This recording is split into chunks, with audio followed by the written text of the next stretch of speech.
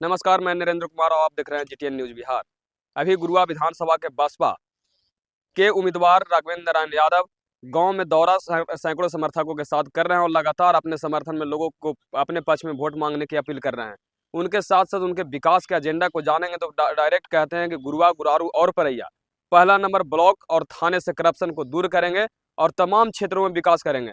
आइए उनसे मिलते हैं क्या क्या उनका मुख्य उद्देश्य है और कैसा उनका समर्थन मिल रहा है। लोग जाति आधारित वोट करते हैं, लेकिन इनको कहना है कि आप जात पात से एक बार ऊपर उठकर कार्य करने वालों को समर्थन दें, जिससे आपका क्षेत्र का विकास होगा, चौमुखी विकास होगा और करप्शन मुक्त हम गुरुआ विधानसभा को बनाने का काम करेंगे। इन तमाम मुद्दों के साथ लोगों के बीच जा रहे हैं, लोगों से समर्थन मांग रहे हैं और क्या क्या इनका एजेंडा है उनसे जानेंगे और आपको बीच साझा करेंगे। आज तक अपने जीवन में बीजेपी के जो भी कार्यकर्ता आज तक चुनाव विधायक में जीते, आरजेडी के जो भी जीते, सब लोगों को हम लोगों ने देखा है।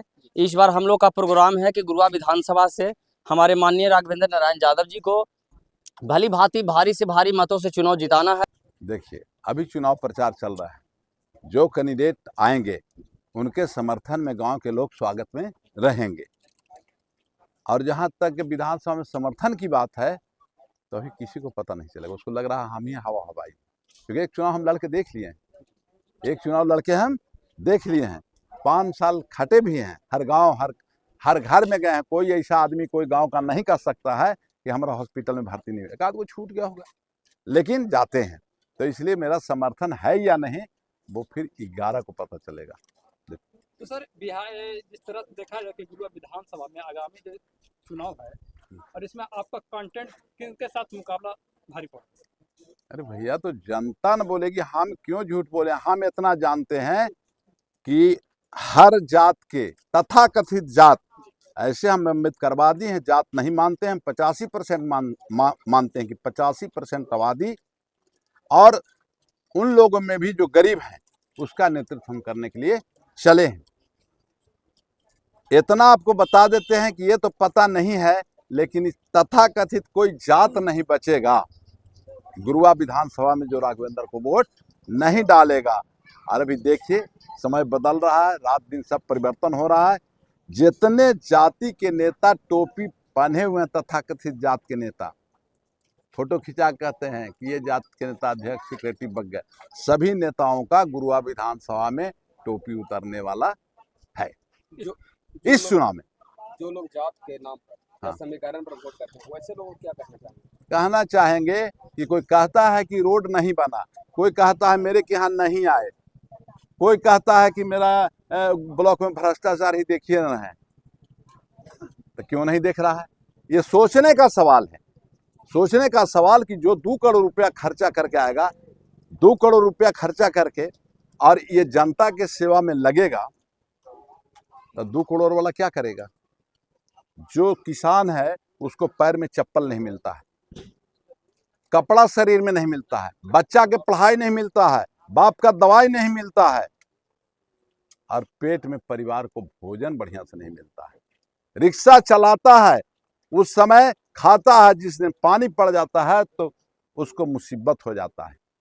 जो किसान खेत में भी काम करता है तो जूता अपने बच्चों को लेने तरसता है। इस क्षेत्र में कितने गुरुआ विधानसभा क्षेत्र में चाहे जिस जाति का ले लीजिए, कितने को बेटा डीपीएस में पढ़ता है? एक आध को बता दे, हाँ एक आध दुगो को पढ़ता होगा, तो पूरा तो गरीब है। जब प्रखंड में जाइए तो भ्रष्टाचार है, इतना भ्रष्टाचार कि एक कट्ठा जमीन के कराई जाए तो जबरदस्ती का नहीं, ऐसे कीजिएगा तो कहे अब करेंगे आप करेंगे। अरे छोड़ो नहीं, आप तुम्हारा पीछे अप्लाई हुआ, हम लोग सब देखे हुए हैं। इसलिए तो नेता कहता कुछ नहीं, क्यों बोलेगा?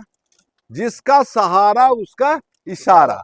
अब आपको एक उदाहरण देते हैं। मान लिया जाए हम हॉस्पिटल में भर्ती हों, यहाँ मेरा कोई परिवार नहीं है, मान लिया हम अकेले आए हों और गिर जाए, तो जो हमको उठाएगा, हमको मान लिया जाए गश्ती मार रहा है, तो बेचारा वो जिधर कहेगा इसे कांख पकड़ के, तो हम ये समझेंगे कि हमारे हक में ये कह रहा है। हॉस्पिटल में अगर अपने पिता को बेड से उठा के पखाना तक ले जाता है, पेशाब तो वही उठाने वाला, चाहे उसका गांव का हो कोई हो, जने इशारा करता है, बेचारा उधर ही जाता है। उसको तो समझे।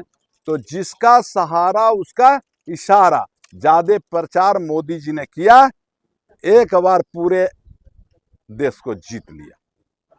आप कैसे कहते हैं अडानी को दे रहा है? अरे भैया अडानी जिसका सहारा उसका रहा, चुनाव में उसको पैसा दिया, चुनाव में सब कुछ किया, तो क्यों नहीं उसको करेगा?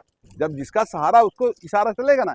ये जो हम 10 को गाड़ी लेके चल रहे हैं गरीब आदमी होके, और यहाँ सब लोग पैसा बांट रहा है, कंटेस्ट कर रहे हैं, कम है, वो पैसा कहाँ से आ रहा है? हम तो तंग तवा हैं, वो कहाँ से पैसा आ रहा है? तो एक कहावत है, खास करके हिंदू धर्म वाले के लिए बता देते हैं, और हर धर्म में, कि द्रौपदी की इज्जत लूटी जा रही थी, कुल गुरु थे भीष्म पितामह। लोग कहा कि आप सामने, आप दोनों कुल के गुरु हैं, कौरव पांडव एक ही जमात से थे, लेकिन दोनों के गुरु थे भीष्म पितामह। कहा कि गुरु जी आप कुछ बोलते नहीं हैं, सामने इज्जत लूट। तो वो क्या करते थे कि 6 महीना एने खाते थे और 6 महीना एने खाते थे, और जिस समय असमत लूटा जा रहा था वो पांडव की तरफ खा रहे हैं। कहेंगे कहा बेटा हम क्या कर सकते हैं, हम तो इनका नमक खा रहे हैं। तो जब नमक खाने वाला आदमी सही काम का विरोध नहीं, गलत काम का विरोध नहीं, सही काम का समर्थन नहीं कर सकता, तो हम लोग तो इंसान हैं। इसलिए ये मत सोचिए कि गुरुआ विधानसभा में क्या होगा, अंधकार में स्थिति है। अगर गुरुआ विधानसभा के लोग आपको बहुमूल्य वोट देकर जिताते हैं, पहले विकास की प्राथमिकता क्या होगी? पहले विकास की प्राथमिकता ये होगी, पहली, हम बिहार लेवल पर बात नहीं करेंगे, लेकिन जो हॉस्पिटल में डॉक्टर, प्रखंड में प्रखंड विकास पदाधिकारी और अंचल में अंचल पदाधिकारी नहीं रहते हैं मुख्यालय में, उसकी व्यवस्था करेंगे। जैसे कलेक्टर रहते हैं, आईजी रहते हैं, डीआईजी रहते हैं, पटना में सेक्रेटरिएट में सब रहते हैं, यहाँ कलेक्टर नहीं रहते हैं। तो जब कलेक्टर नहीं रहेंगे तो सब बेहाथ हो जाएगा। तो प्रखंड में जब जाइए तो अंचल अधिकारी नहीं, कहाँ गए? अब अंचल अधिकारी नहीं तो फिर कर्मचारी भी नहीं। बाभन गया घर तो इन्होंने हर, कहावत सुने हैं ना, इसको ज्यादा तूल मत दीजिए कि ऐसे बोल दिया है। तो अब एक कर्मचारी, मान लीजिए गुरारू में 12 को पंचायत है, अब 12 पंचायत में मान लिया जाए आपको 4 कर्मचारी है, लोग कहते हैं कर्मचारी की कमी है, इसलिए काम में दिक्कत हो रहा है, आदमी को दौड़ना पड़ रहा है। लेकिन 4 गो है भैया, तो 3-3 गो पंचायत करके जिम्मेवारी कर दीजिए, ठीक है? तो ये क्या कहते हैं कि जब पब्लिक जागी ना थी ना कर्मचारी जी, तो ना कहाँ, तो आज वो रौना पंचायत में उनका चली था। फिर दूसरा दिन गया तो आज हमर डेट, तो और वो दिन उनका मीटिंग हो, पूरा महीना दौड़ता है। जिस दिन अंचल अधिकारी वह रहेंगे, और तीनों जो ये है पर जो पंचायत मिला, हेड क्वार्टर एक जगह बनाओ, तुमको यहीं रहना है, तब तो कहीं जब हम ब्लॉक जा सकते हैं तो हम यहाँ बगल में बरौरा नहीं जा सकते हैं। ये काम कोई देखने वाला नहीं है। और हॉस्पिटल में जब डॉक्टर नहीं है तो स्वास्थ्य उप केंद्र जो पंचायत में चल रहा है उसमें कोई स्टाफ नहीं है, पूरी तरह से फ्री चल रहा है। और अगर हमको मौका मिला तो हर पंचायत में स्वास्थ्य केंद्र का अगर भवन नहीं है तो उसको बनवा देंगे, अगर किराए के मकान पर चल रहा है तो उसका अपना भवन देंगे, और उसमें जो स्टाफ है उनको रखने का प्रयास करेंगे पूरा। और सरकार का नियम है कि मुख्यालय में सबको रहना है, लेकिन डॉक्टर जो नहीं रहता था, नर्सों नहीं रहता, जाइए खाली मेडिकल जाइए, एक आदमी मेडिकल जाता है तो कितना, मैं मेडिकल में देखता हूँ कम से कम एक साल में 500 लोगों का प्लास्टर से लेके पैरवी करता हूँ। 5 साल से जब से चुनाव हारा हूँ, तो आखिर ऐसा कारण क्यों बनता है? जो साधारण बीमारी है वो प्रखंड से, वही ना डॉक्टर बैठ के प्राइवेट में लिखते हैं आपको ठीक होता है, तो अपने ऑफिस में क्यों नहीं बैठते हैं अपने कार? इसलिए क्यों रहते ही नहीं। उनको जाइए, गया रहिए, पटना रहिए, 10-11 बजे आइए, बता दीजिए हाजी।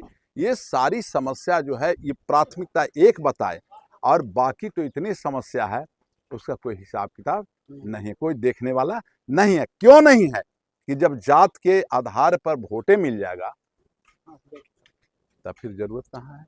अब मान लिया जाए कि अब पूरा 10% आरक्षण दे दिए ना, वो चाहे जिसको दें, अब उनको लगा कि मेरे हित में किए तो सब उनके साथ लूट गए, उनके मन का कैंडिडेट नहीं आया तो अलग उठ गए। मेरा ये कहना है कि जब बिना कमैले जिसको मजदूरी मिलेगा, अब हम 4 दिन यहाँ आए हैं जी, अब ओके, चलिए नवाज का वक्त हो गया। बिना कमैले मजदूरी करेगा तो उसको कमाने के लिए देह नहीं पिला रहा है। यही कारण है कि एक दिन आया था, जीत के चला गया, तो जाके सलाम कीजिए। इसी के साथ आपको बहुत बहुत धन्यवाद सब।